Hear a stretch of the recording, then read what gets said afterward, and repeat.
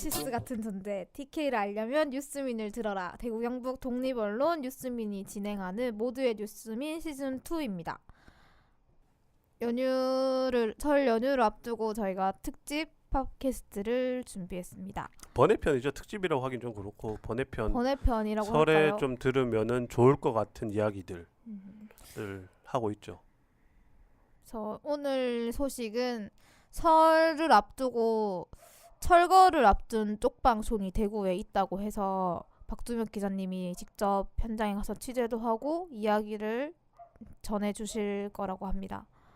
예, 뉴스민 박종엽입니다. 설을 앞두고 들으면 좋을 것 같은 뉴스라기보다는 좀 안타까운 소식이 됐습니다.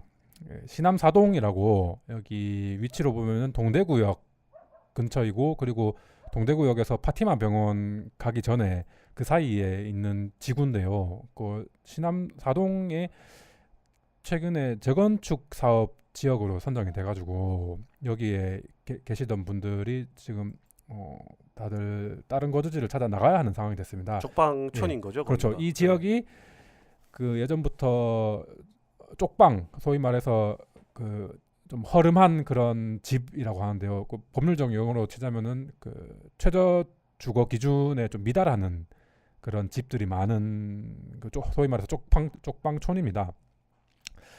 이분들이 사실 아파트가 들어서게 되면은 아파트에 들어갈 수가 없죠. 그렇죠. 돈이 없으니까. 돈이 당장에 뭐 어디 옮겨가서 보증금도 없는 분들인데 당장 아파트가 들어서게 되면서 여기 어떻게 해야 될지 막막한 상황인 분들이 좀 계십니다. 그리고 뭐 아파트 건설을 하는 동안 어디 가 있어야 되는데 그런 공간도 없는 거잖아요. 공간도 없고 돈도 아파트 없고. 건설을 하기 전에 가야죠, 딴 데로. 그렇죠. 그러니까.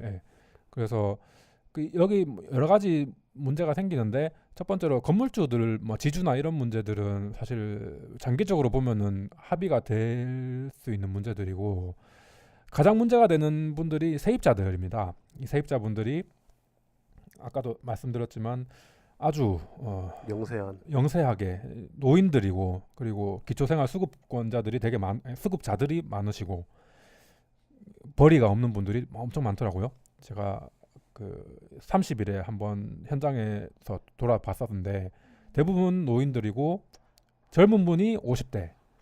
가장 젊은 분이 가장 젊은 분이 그 한 쪽방이라고 그 방이 하나씩 있는 게 아니라 소위 원룸 같은 건물에, 아주 구형 원룸 같은 건물에 그 다닥다닥 고시원이라고 보면 되겠네요. 고시원 같은 건물이 한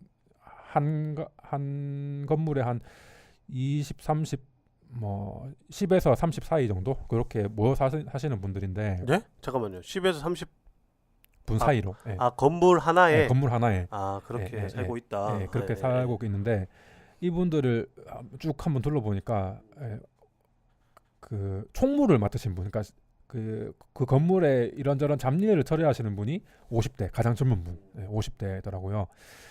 근데 그분도 직업이 변변하게 없으시고 지병 때문에 일을 할 수 없는 조건, 대부분 그렇더라고요.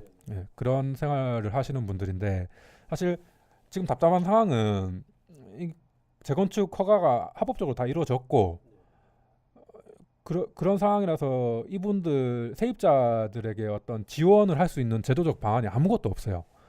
뭐 예를 들어서 지금 이분들이 요구하고 있는 게 당장에 좀 이사를 할 수 있는 그 이사 비용 정도라도 지원을 해주면은 우리가 그 앞으로 들어갈 수 있는 다른 쪽방을 한번 알아볼 텐데, 지금 당장 답이 없다. 이거 우리가 알아본다고 해도 이사를 갈 수 있는 것도 아니고. 근데 이게 보편적으로 상식에 좀 생각을 해보면 이게 상상을 하기가 좀 어렵잖아요.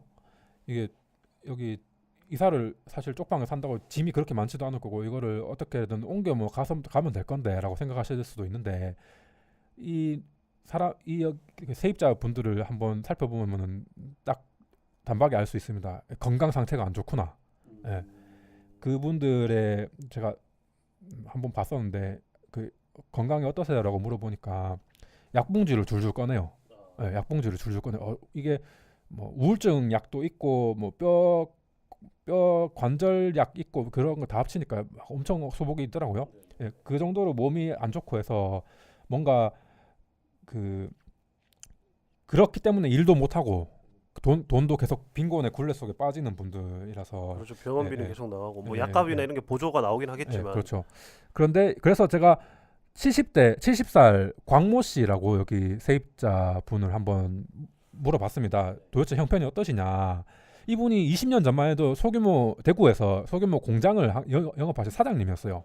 예, 사장님이었는데 이 있던 재산이 사실 탕진하게 되는 과정이 있었습니다. 이게 가족 중에 한 명이 도박에 빠져가지고 그 자산을 탕진한 좀 안타까운 그 과정이 있었는데, 근데 뭐 사실 새 출발을 할 수 있을 수도 있는데 그때 즈음부터 해서 좀 심리적으로도 그렇고 해서 우울증도 생기고 그리고 교통사고도 났습니다. 교통사고 나가지고 무릎에 인공관절 수술을 했어요. 당장 이제 일을 하기가 어려운 거죠. 병원에 입원 치료도 받아야 되고 하니까 그 도박으로 약간 빚까지 생기진 않았는데 자산이 대부분 탕진하고 소수 남은 자산으로 이제 병원을 다니기 시작하는 거죠. 답이 없이 일단 일을 못 하니까 아파서. 그래서 그렇게 병원을 진전하는 시기가 오래됐었고, 예, 전전하는 시기가 오래됐었고, 네네. 그러다 저희가 보니까 참 발음이 힘들어요. 이게 방송을. 예, 그러다 보니까 이제 자산이 다 없어지게 됐습니다. 그래서 그 빈곤층에 지원받을 수 있는 모든 정책을 다 지원받았더니 노령연금, 기초생활수급비 이런 걸 뭐 그런 걸 다 전부 다 지원받았더니 월 68만 원이 나온답니다. 68만 원이 나오는데 방세가 그 방이 17만 원 방세를 주고 있습니다. 17만 원 방세. 그리고 담배를 피실 때 담배를 못 끊겠다고 하시더라고요. 피면서도 이게 유일한 낙이 담배인데 이거를 어떻게 끊느냐 했을 때 담배값이 월 15만 원 정도 나오고, 그리고 이분이 노모가 아직 그 나이 연세가 90 되시는 어머니가 살아 계신데 월 5만 원 붙여 드린다고 합니다. 5만 원 붙여 드리고 휴대전화 5만 원 나가고, 그 생수도 거기 물이 안 좋거든요. 화장실도 샤워도 하기 어려울 정도로 좀 냄새 나고 그런 곳입니다.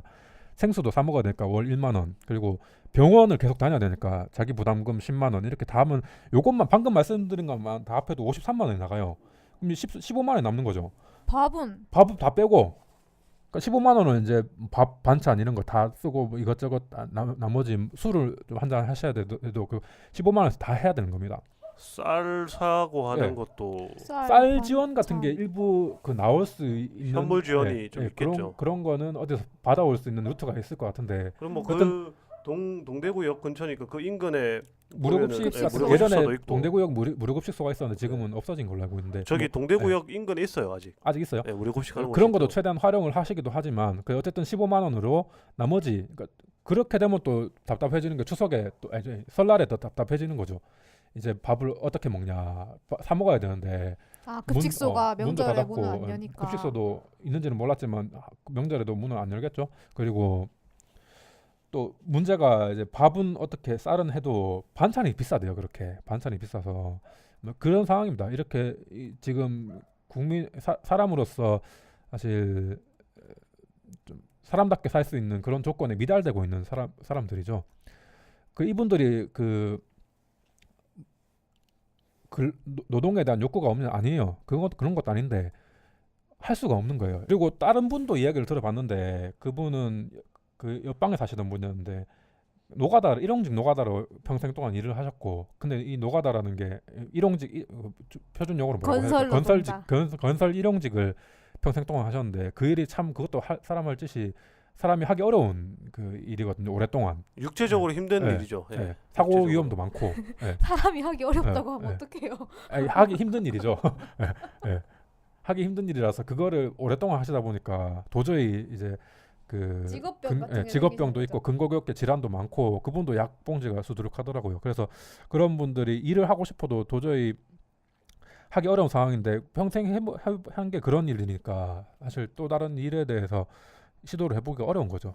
지금 그 답답한 상황을 살다가도 더 답답하게 된 상황이 됐습니다. 아까 말씀드린 당장 지금 모든 삶이 녹아있는 그 집을 비우고 나가야 되는 상황인 거죠. 거기 개발업자 쪽에서는 2월 20일까지 나가달라 이렇게 통지를 해놨는데, 사실 제가 방문했던 몇 개 집 중에서 한 집은 지금 보상금 문제로 거기 건물주가 소송을 하고 있어서 다만 몇 개월 동안이라도 버텨보자 세입자들이랑 이야기를 했다고 하더라고요. 근데 당장 이제 불안한 거죠. 이 뭐 내일이라도 아니면 2월 20일 지나고 나면은 당장 나가라고 하면 나가야 되는데 이 법적으로 어디 뒷받침해줄 수 있는 근거가 아무것도 없으니까. 근데 일단은 그 지역 지구의 쪽방이 다 비워졌어요. 그러다 보니까 그 나간 세입자분들이 이미 다른 쪽방에 다 찼죠. 아, 네, 네. 또 그런 게 네. 있겠네요. 네. 아, 다시 쪽방이라는 들어갈 게 이게 그러니까, 이제 저렴한 집이라는 게 예. 무한정 있는 게 아니니까. 그러니까, 예. 그렇다고 그 공공임대주택을 들어갈 수 있냐? 그것도 아니에요. 이게 월 68만 원 받아가지고 돈을 모을 수 있지 않거든요. 그렇다고 대출을 받을 수도 있는 것도 아니고. 일단 일을 할 수 있는 조건도 안 예, 예. 되고. 보증금을 마련이 어렵죠. 그런 임대주택 같은 데 들어가기 어려우신 분들이기 때문에 당장 답답한 상황인데, 근데 계속 상황이 악화되는 거는 인근의 쪽방촌이 계속 없어지니까 그 제가 갔던 쪽방촌이 오히려 사람이 계속 늘고 있어요. 거기서 쪽방이 갈 데가 없어가지고 글로 자꾸 오는 거죠. 철거는 네. 곧 해야 되는데. 절거 곧 해야 되는데 자꾸 늘어가지고 지금은 거의 만실에 가까울 정도로 이렇게 사람이 모여들었는데, 이분들은 사실 어떻게 할 수 있는 방법이 없는데 당장 그 내일이나 뭐 얼마간에 그 나갈 수 있는 그런 어떤 기약이 없으니까 불안하게 살게 되는 거고, 그게 또 설날까지 계속 이어지는 겁니다. 이게 설날이라고 해서 이분들이 사실 오갈 데가 없는 분도 있고, 아까 방금 말씀드렸던 노무 한 분이 살아 계시는 분도 있고, 뭐 그런 분들 대부분 오갈 데가 없어요. 찾아오는 사람도 없고 찾아갈 사람도 없고. 그래서 이렇게 이야기를 하시더라고요. 그분은 설날에 우리는 정말 싫다. 오히려 그냥 평일이 낫지. 우리가 뭐 설날이라고 쉬는 것도 아니고 항상 일을 못 하고 그냥 방구석에 있는 게 다인데, 그냥 그 설날 분위기라고 사람들도 뭐 그렇게 분위기 내고 하는 거 보면 우리 더 외롭고, 그리고 그렇기 때문에 그냥 우리들끼리 그냥 모여가지고 술이나 진탕 마시고 그냥 설날 동안 계속 잘난다, 이런 이야기를 하시더라고요. 그래서 사실은 법적으로 이런 부분을 보완할 수 있을까 했을 때 사실 좀 지난한 과정이 되는 거죠. 그것보다도 일단 당장에 제도적으로 좀 뒷받침될 수 있는 걸 상상을 해봤더니 그 쪽방 상남소 대구에 있는 쪽방 그 거주민들을 좀 지원하는 기관이 있습니다.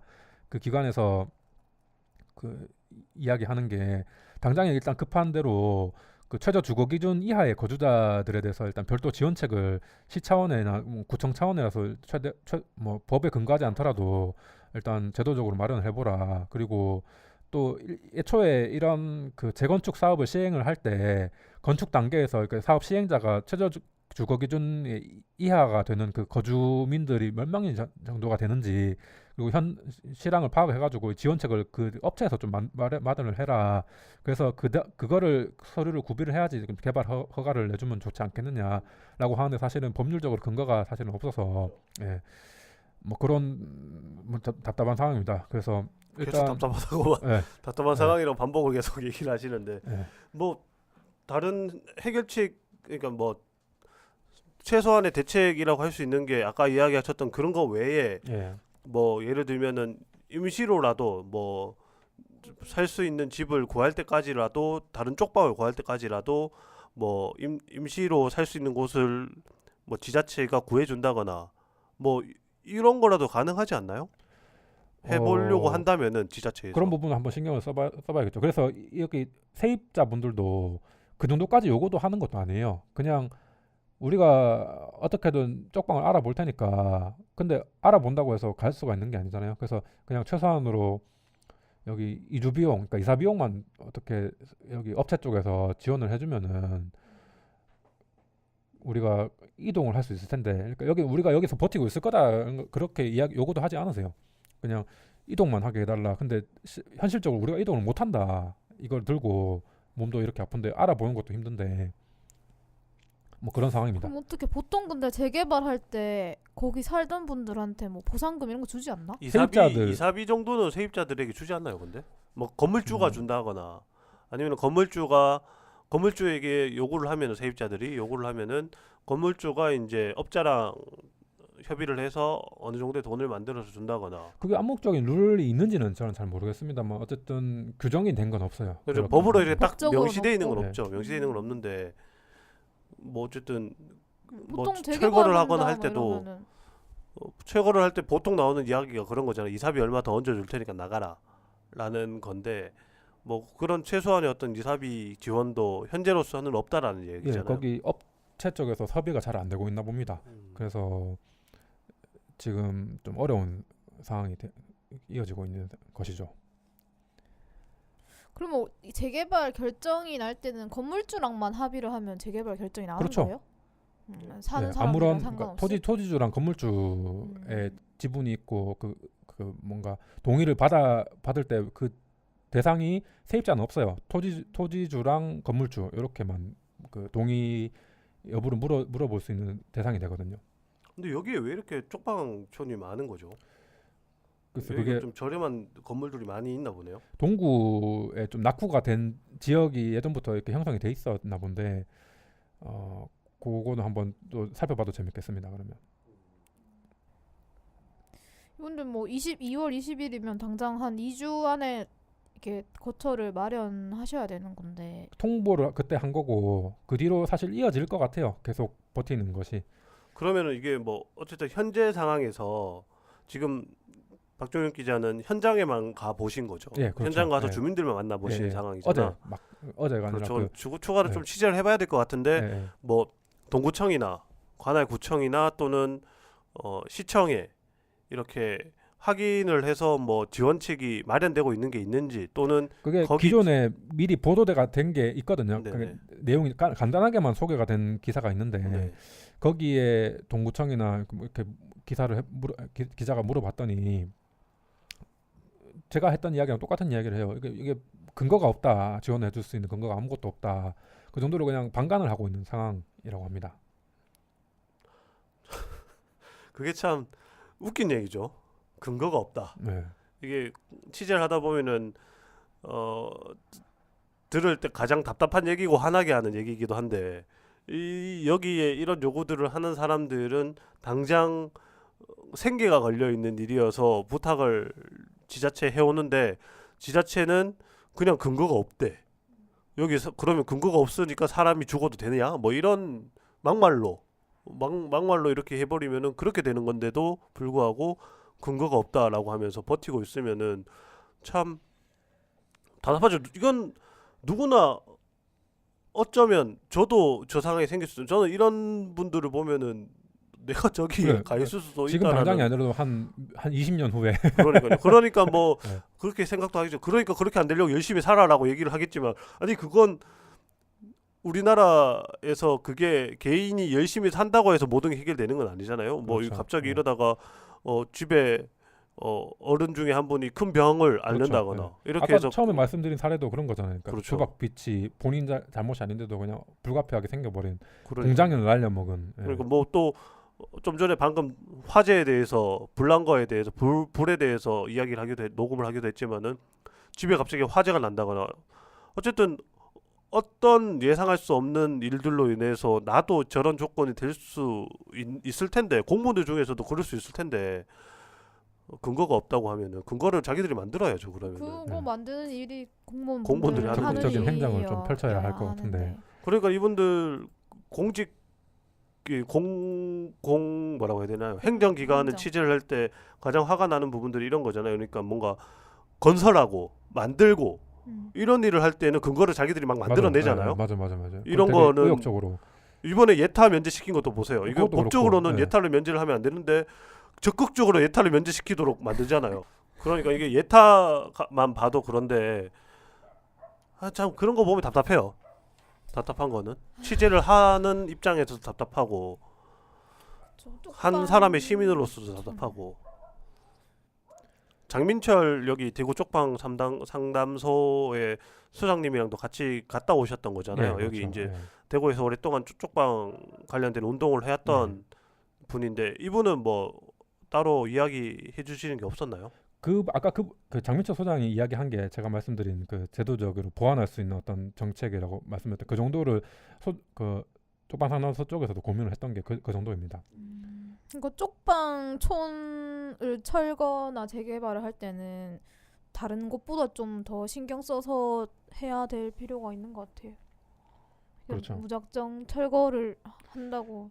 그리고 또 결론이 이렇게 나는지 모르겠지만 그 구의 행정이나 그 시의 행정이 좀 부족하다고 한다면 시의원을 잘 뽑아서 왜 자꾸 지금 선거철인가요 혹시?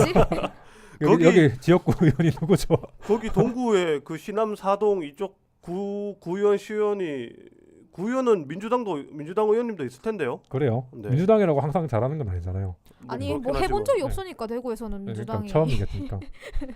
그리고 알 뭐 수가 이렇게 좀 아쉽습니다. 없지 뭐. 아니 어쨌든 민주당의 바란 역할들이 그런 부분들이 있잖아요. 사회적 약자를 좀 그렇죠. 보듬고 어차피 이게 정치적 영역인 거죠. 그렇죠. 이게 정치적으로 풀려가면 못 네. 푸는 문제가 없잖아요. 이게 가서 그러니까요. 보고 구의원들이 지금 동구에만 해도 민주당 의원들이 제가 알기로 거의 가반에 가깝게 있는 걸로 아는데 어허. 가서 살펴보고 이거는 긴급하게 구조금이라도 지원을 해야 되는 사안이다라고 판단을 하시면은 좀 강하게 구에다가 요구를 할 수 있는 거죠. 그런데 모르시는 거죠. 이거 지금 이 내용 자체를 모르거나 아니면 표가 안 아는데- 된다라고 아는데 생각하는 것 할 수 있는 걸 모르거나 뭐 이건 저희가 지금 취재를 안 했으니까 알 수 네. 없는 건데 한번 그런 작업들을 해봐야 될 것 같아요. 취재를 같아요. 한번 해보고 살펴봐야겠네요. 그런 구의회에서도 역할을 하도록 좀 질문을 저희가 던져야 될 것 같고 모르고 있으면 알려주는 차원에서라도 질문을 던져야 될 것 같고 그렇네요. 그래서 일단은 설 명절이 지금 설 명절 중이지만 끝나는 대로 박주영 기자가 복귀를 해서 일단 여기부터 좀 찾아서 해결책을 찾는데 일조할 수 있는 기사들을 좀 쓰는 방향으로 준비를 하면 좋지 않을까 하는 생각이 드네요. 좋은 기사로 찾아뵙겠습니다. 네, 그렇게 하시죠.